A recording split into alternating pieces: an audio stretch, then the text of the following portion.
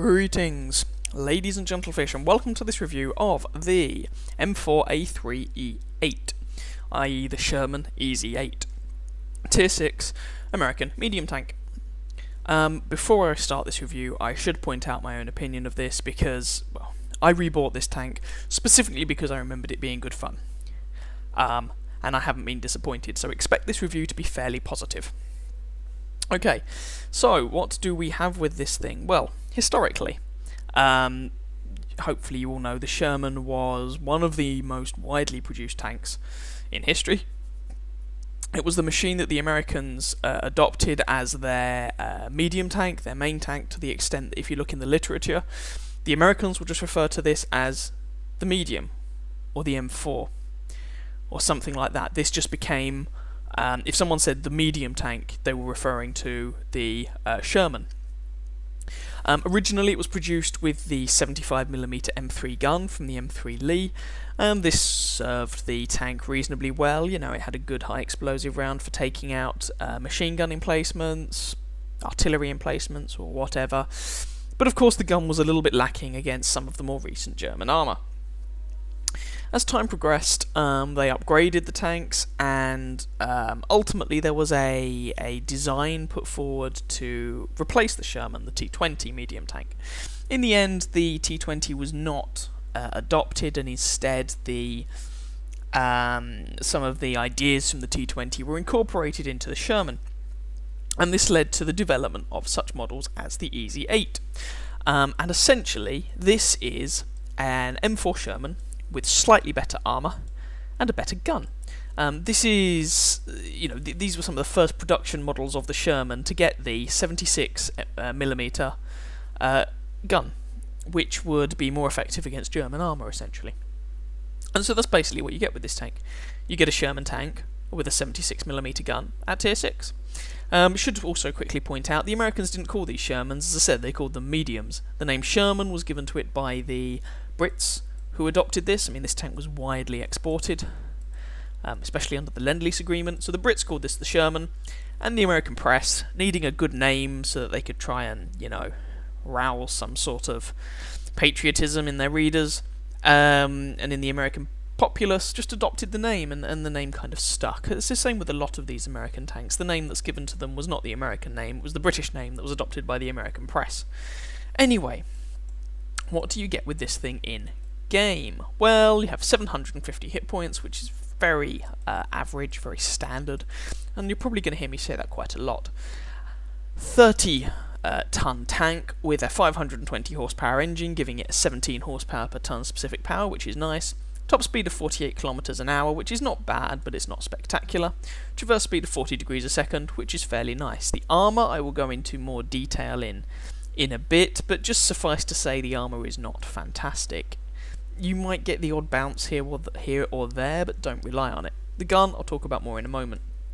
Turret traverse of 39 degrees a second, 370 meter view range, which for a Tier 6 medium tank, that's not too shabby actually, that's pretty good. Certainly nothing wrong with it, and a 615 meter signal range, which is fine. So that didn't sound particularly exciting. Okay, well, let's have a look at the gun. Perhaps this will tell us something more about the tank. The gun at Tier 6 can best be described as alright. You're not going to get this and go, oh my god, this is amazing.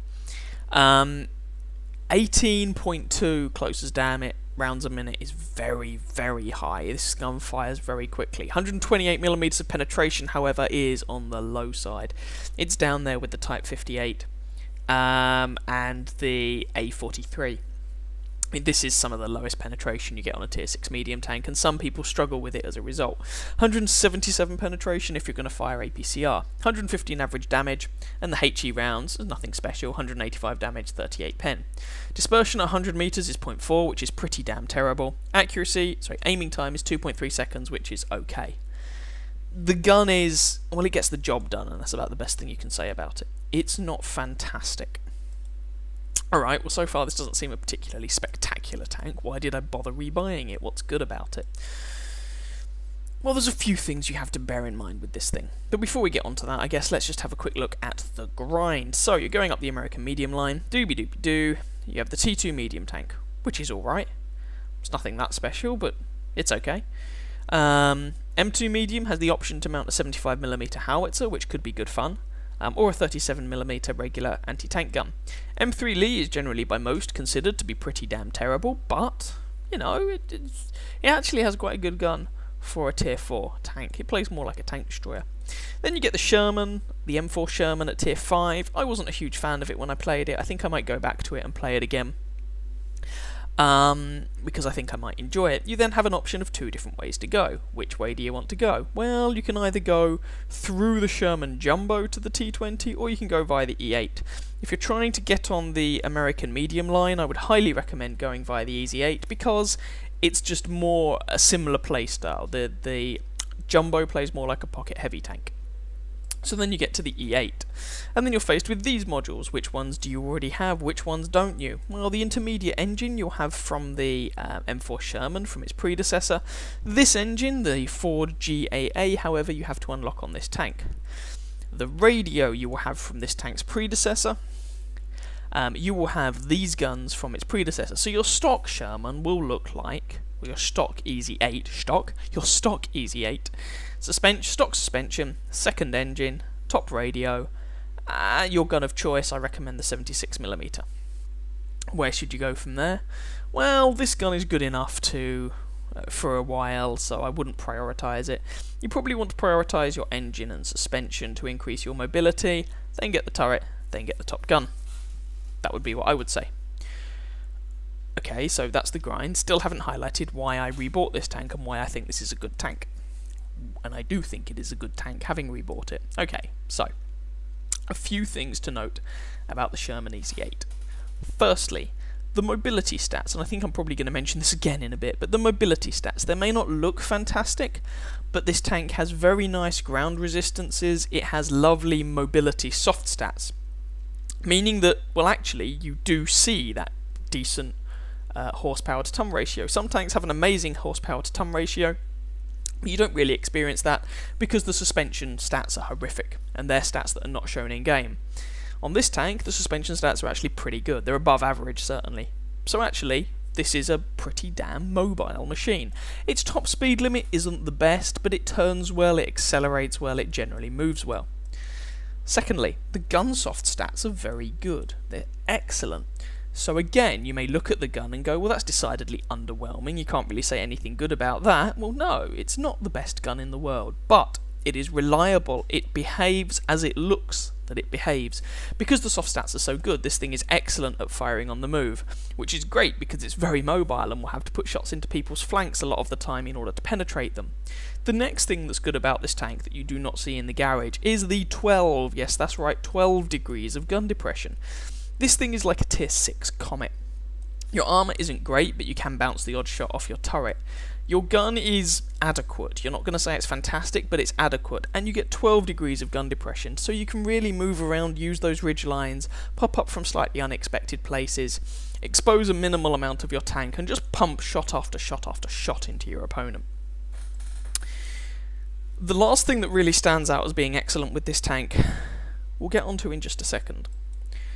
Crew skills and equipment. What do I recommend on the crew skills? Nothing particularly surprising. 6th sense on your commander. I would recommend safe storage on your... In fact, would I bother recommending safe storage on your loader?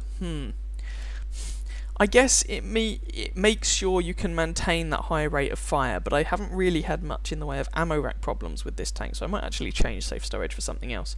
And repairs on everyone else will do fine. Equipment. There is one piece of equipment you definitely want to put on this tank, and this makes it stand out from the other tier 6s, really. This is a tier 6 Sherman. The Shermans are the only tier 6 tanks able to mount a vertical stabilizer, which increases your accuracy on the move. So mount a vertical stabilizer. You also probably want a gun rammer to make the best of your DPM, and your third equipment slot, you could make a case for optics, certainly. I usually run optics on my medium tanks. I haven't on this one. But you could make a case for optics, you could make a case for binoculars to try and bring yourself up to the view range cap of the game. I've gone for improved vents because I wanted to try and make the most of the good rate of fire. And I just wanted to experiment with vents on a medium tank basically to see if I liked it, and so far it's been alright. Ammo loadout, you're probably going to want some APCR. because the AP penetration is a little bit lacking, but I certainly don't end up firing very much of it. In fact, I think I can count on one hand the number of APCR shots I've fired with this tank since I rebought it. HE, maybe you don't want to carry as much as 6 HE rounds, but I found them useful. So I'm carrying 6, 55, 10 and 6, that's my loadout. Consumables, nothing special. You could run cola on this tank. I haven't noticed any massive fire problems, but if people put shots into your rear, the fuel tanks and engine, it's quite prominent, so you have to bear that in mind. Alright, so I think I have rambled on long enough about this tank. Let's go and take a quick look at the armor scheme modules and then do some games in it. Okay, so to have a quick look at the armor, just before I do, I would like to mention that the soft stats on this tank are excellent, whether we are talking about soft stats on the gun, like accuracy on the move, things like that, soft stats on the mobility, you know, the track traverse, stuff like that.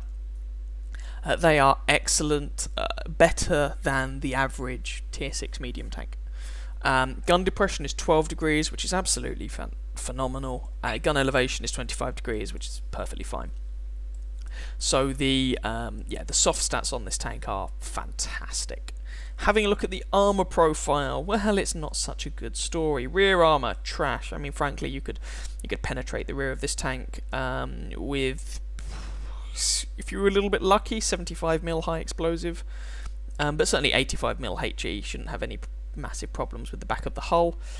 Or if you do have any problems with the back of the hull, just shoot here, which is 13mm thick, or here, which is 20, 31 with angling, but it's terrible. You can penetrate the rear of this with HE. Rear of the turret, okay, it's good enough to bounce HE, or to not get penetrated by HE, but nothing to write home about. Side of the turret, similar deal. Side of the hull, again, it's utter trash. You could penetrate this with 85mm high explosive shells without too much difficulty. Whack in the tracks and you're getting a little bit of effective armor, but it's nothing special. I mean, you can get 100 odd on this section where you have the tracks, but however much you angle this side, unless you get it at an auto bounce angle, this armor value is never actually going to be good. It maxes out at about 60 odd millimeters. What about the front of the tank? Well, the lower plate is actually the strongest armor on the front of the hull. It's one of those tanks. The Americans have a few of them like that. So you're looking at 101mm with some angling and sloping. You know, you can get 130, 140 in places. So don't bother trying to shoot it at the lower plate, just shoot it in the upper plate. It's 64mm, up to about 80. If your opponent can use its gun depression, you can start getting towards 90, 100mm of effective armor. Turret, well, you've got the turret size that come around here. They're 50mm thick, but that's nothing really to write home about. Turret roof is 76. So you could shoot it here, you can shoot it here. Straight through the gun mantlet, well, it's a gun mantlet, it's a little bit troll. I mean, you have places that are 330 odd mil thick, and other places that are 100 and something. So the mantlet's really where you can expect to get some bounces from this tank, but basically the armor is pretty poor. And a lot of the time, if you get a bounce, it's either more by luck than judgment, or the fact that you're using all 12 degrees of your gun depression and just showing them a bit of your turret. And then you might get some bounces, and that's about it. So let's have a quick look at the vehicle modules. Alright, so just to quickly talk about the modules, a lot of this isn't going to come as a great surprise. You've got the driver in the front here on the right as we look at this image of the Sherman. You've got the loader on this side of the turret, again the right as we look at it. On the other side of the turret you have both the gunner and the commander, so if you were able to put a shot through this side of the turret, you might actually be able to take them both out with one shot. Technically you might be able to hit a section of the engine from the front, but it's not something I've ever experienced really happening or experienced to be problematic. From the sides you've got nice shots into the fuel tanks at the rear here, this blue section. And from the rear you've got these fuel tanks on the side, and this profile will put shots into the enemy's engine. The ammo rack is really not very clearly labelled on this tank. In fact, I can't see it from these images, so it's presumably not particularly easy to hit. And I haven't noticed any particular ammo rack problems. So, having said that, let's go and jump into some games. Here is game number 1, for which we are top tier. And we're here on Windstorm. I have absolutely no idea why the minimap is showing a couple of machines on my side as being platooned with me as I'm playing on my own. I think it might just be showing that we have a platoon. Congratulations. It's a weird replay thing, don't worry about it too much. I am playing on my own though. As I say, top tier, here on Windstorm. This is the map they introduced not that long ago now, back in patch... I can't even remember what the patch was, just bear with me a second while I put colorblind mode on. Back in patch, I can't remember what it was. This map was introduced. So, basically two regions of the map. You have the city in its various different guises and the area surrounding that, and then there's a river. The other side of the river you've got this kind of more flanking-y type area. And generally speaking, you find that this area is where the medium light tanks tend to converge. So, that's where I've decided to go initially. I'm still using some grindy equipment here, so binos, camo net, and toolbox, despite the fact that I'm not technically grinding this tank, but never mind. I also don't think I have a 100% crew at the point when this game took place, but I could be wrong.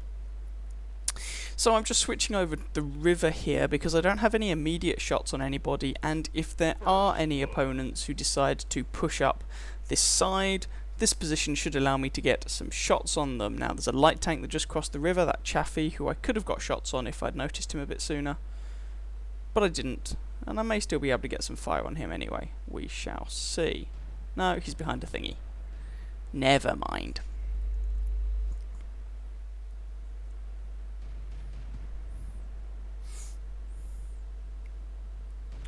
And Wolverine. Ooh, I should hopefully be able to do some damage to him. So I'm just trying to see which opportunities there are to take advantage of. As I say, top tier tank, so I do want to make sure that I do my bit. And I bounce on the Wolverine because reasons. I probably hit him in the gun mantlet or something, so I'm not going to worry too much about that. We've lost a Matilda and a Stuart, and this Wolverine is wrecking this Chaffee. You're in a light tank. Why would you engage a tank destroyer frontally? That's just... nah, never mind. Alright. These light tanks are swarming around our guys.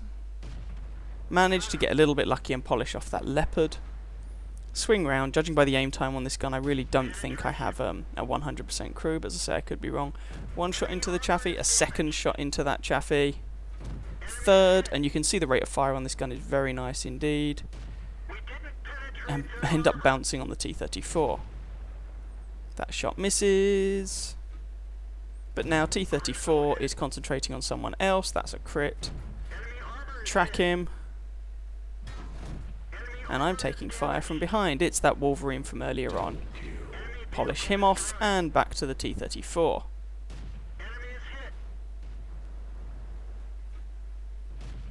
And one more shot. Alas, he manages to get away. Ram 2. And again, you can see the rate of fire on this gun, even without a gun rammer or anything like that.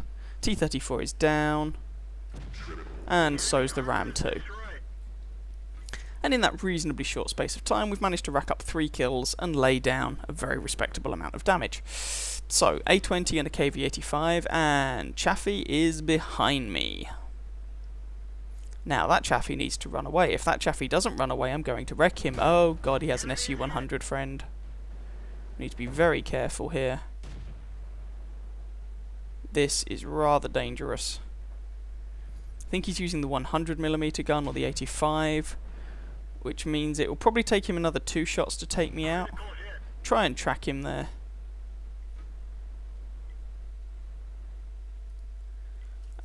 There's that Chaffee on low health, and SU-100. He looks like he's looking in my direction, so I really don't want to go around that corner. Track him. Track, and one into the bodywork. Except it bounces. Retrack him. And a shot into the front, and I'm just going to alternate tracking shots with shots into his frontal hull, which you can do with the rate of fire with this gun, and it's just going to kill him. Oh, he repairs the track, 88 polishes him off. We're winning 12-6, there's only 3 of them left. Chaffee is still alive and tangling with a Nashorn, but on 3 health. and now dead. KV-85 was last seen where I'm currently locating on the map at around B4 up in that northern region, and their artillery is probably sitting at base. Oh, no, well, he's moved away a little bit because we've overrun his base, so we know broadly speaking where the last 2 enemy tanks are. Su-122 is taken down, so that's the artillery dealt with, and that just leaves the KV-85. Hunt this guy down and finish him off.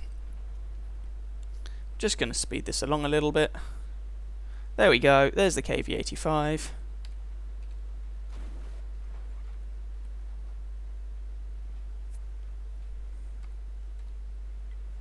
And we're just trying to get around him now. Attack him from an unexpected direction if we possibly can. Hopefully he'll be distracted with the people to his front. And hopefully we can do it before our guys cap the enemy base. And 1 shot, 2 shots. Alas, they cap our base before we manage to kill him, which is slightly irritating, but let's not worry about that. So, what we saw in that game is that even in a tier 6 game, you shouldn't be relying upon the armour too much. The armour on this thing is not great.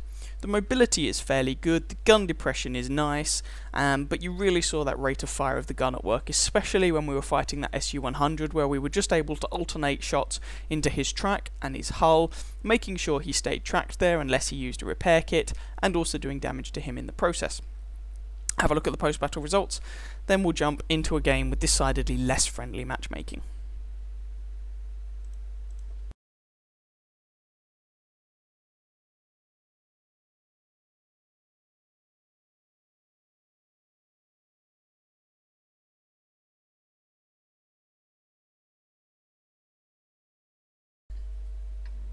Here we are in a bottom tier game. This is Lakeville, tier 8 game, and so we are at the bottom of the feeding pool, and with the nature of the gun on this thing, that's where a lot of people say that the Easy 8 Sherman struggles.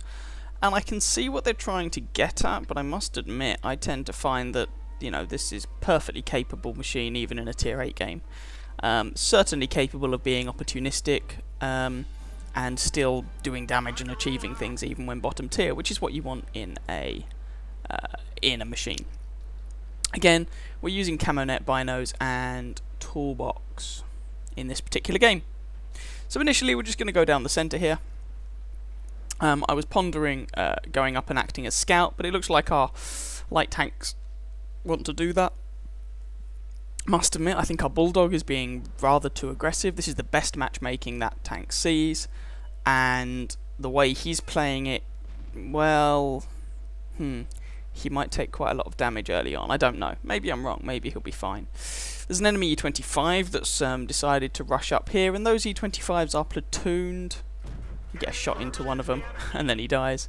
So, you know, do be aware of that. His friend might be around somewhere. Hellcat. And we just start working the Hellcat over. I think I have a couple of blind shots. Because why not? I've got a reasonable supply of ammunition. And a good rate of fire. Though the guy's probably moved by now. There we go. So far we've managed to claim an E25, and in return taken a bit of damage to an ELC and an M41. That's, you know, it's an alright trade. We claimed a whole tier 7 tank for a bit of damage on a tier 5 and a tier 7. That's okay. There's that Hellcat. He moved, but he didn't move all that far. And we actually managed to pick up the kill on him. Replay's not showing the outline there, so bear that in mind. T25-2 and E25, so there's that previous E25's platoon mate right down the end of the central alley there. And RAMX goes in way too aggressively and predictably gets absolutely wrecked for his trouble. But so far we appear to have the upper hand in this game.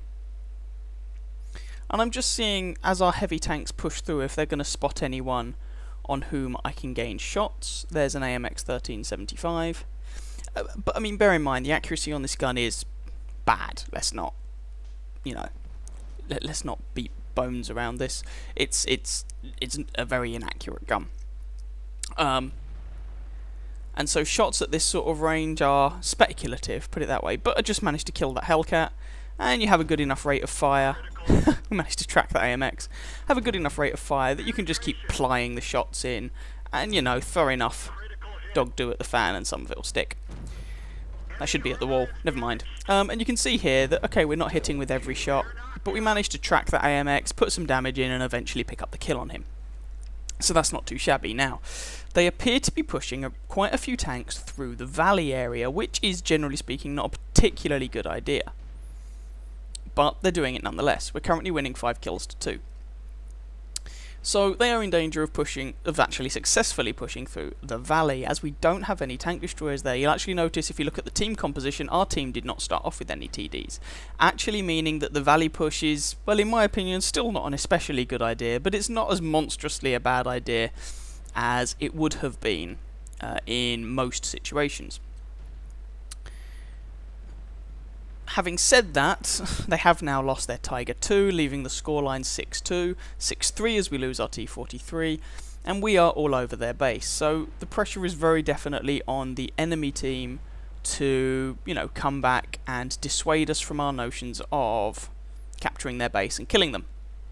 But we do need to be careful. There are a couple of dangerous machines protecting their base, including that Jagdpanther. He may now be on low health, but he's still a dangerous tank. I was about to say that T-25-2 is also quite dangerous, but he just paid for things with his life. So, I switched out to APCR to try and reliably get some damage on that Jagdpanther 2, but Lerva takes him out instead. And I'm just trying to spot people. I'm aware that my armor is meaningless, and my health pool is small, and my gun is a pea shooter. So, just trying to spot people. A number of our guys are defending our base at the moment, so hopefully they shouldn't be able to cap our base. But you may have noticed the scoreline that was 6-2 has just become 8-6. We're still winning, but the margin is not as comfortable as it once was. There's a Lerva. Oh, we just lost an artillery piece. It's 8-7. And alas, that Lerva is actually hull down. Well, close to hull down. And on 600 odd health. What do we have opposing him? Well, we have myself. And we have a low health VK, a low health Carnarvon. And we did have a low health Lerva before he got killed by their Lerva. So this is actually a rather dicey situation. If we want to kill that Lerva, we need to rush him. 9-11. Oh dear, okay, there's an AMX-12T over there as well, so let's concentrate on trying to do something about the AMX. We get one shot in, and we take a shot for our troubles, but we manage to pick up the kill on him, leaving the scoreline at 11 kills apiece. And I'm thinking, screw this is not a good engagement. You know, we now only have the never mind, VK is dead. We now only have myself and the Carnarvon down here, and we have our Tiger 2 up north. And I know there's the other E25 up north, so instead of engaging this Lerva frontally, which is an awful idea, he has the health advantage, he has the positional advantage, he has most advantages in that engagement.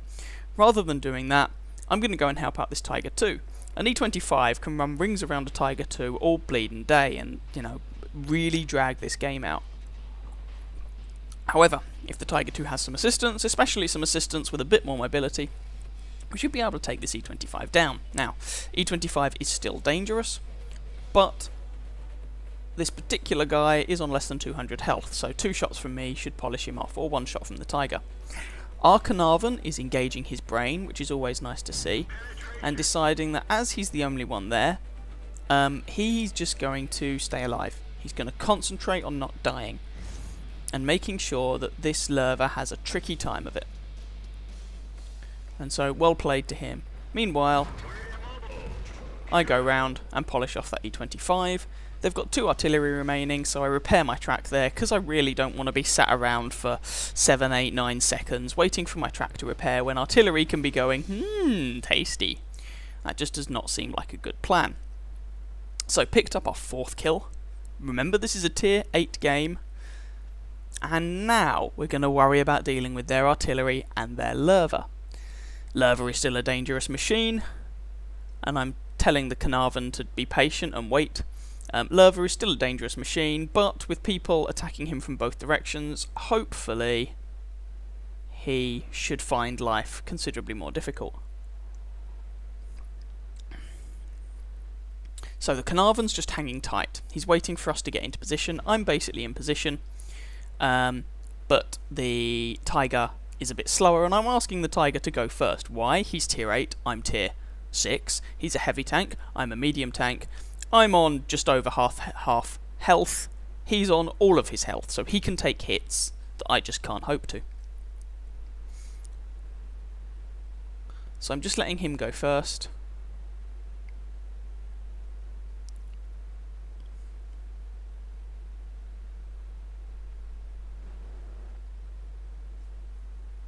And then we can move up and try and do something about these fellows.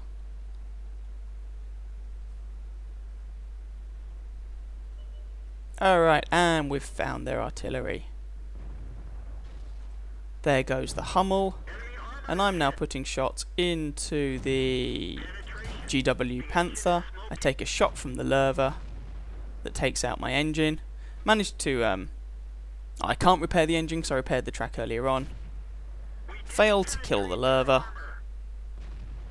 but the Tiger II takes the Lerva out, and voila! That game was looking decidedly dicey at one point, but in the end we managed to pull it out. So what did I achieve in that game? Despite the fact that I was bottom tier, 4 kills, which is very respectable. Managed to damage and kill some of their lighter tanks earlier on in the game. So there was the Hellcat, there was the AMX 1375.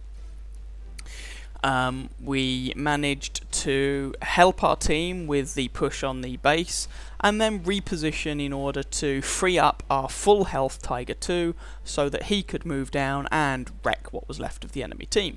We did not do a huge amount of damage right at the end of that game, but we freed our Tiger II up. If our Tiger II had just gone while that E25 was still alive, that E25 could have just shoved shot after shot into his rear and really given the Tiger an awful lot of problems. So that's what we were able to do, free up our higher tier tanks, get them back in the fight, claim kills and damage where we could, generally be opportunistic, and just help our team out. And that ended up being a pretty respectable game. So have a look at the post-battle results, and then we'll jump back to the garage just to round things off.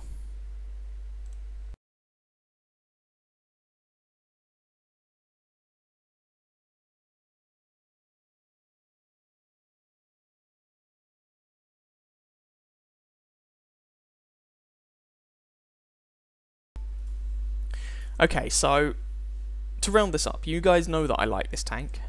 Just to summarise let's start off with what's bad about it. The gun isn't very punchy. It's just not. You could use the 105mm howitzer on this tank, I guess, because a lot of people use it at tier 5, but I think when you get to tier 6, especially after some of the nerfs the 105mm gun has received, I really think it's lacking in many aspects, so I would recommend the 76mm gun. So the 76 is lacking a bit of punch. 2, the top speed is not fantastic on this tank. So there's the bad stuff out the way. Oh, 3, the armor's not great. What's good about this tank? Excellent soft stats for mobility. It moves like a dream. It's lovely to move around the battlefield. 2, excellent soft stats on the gun.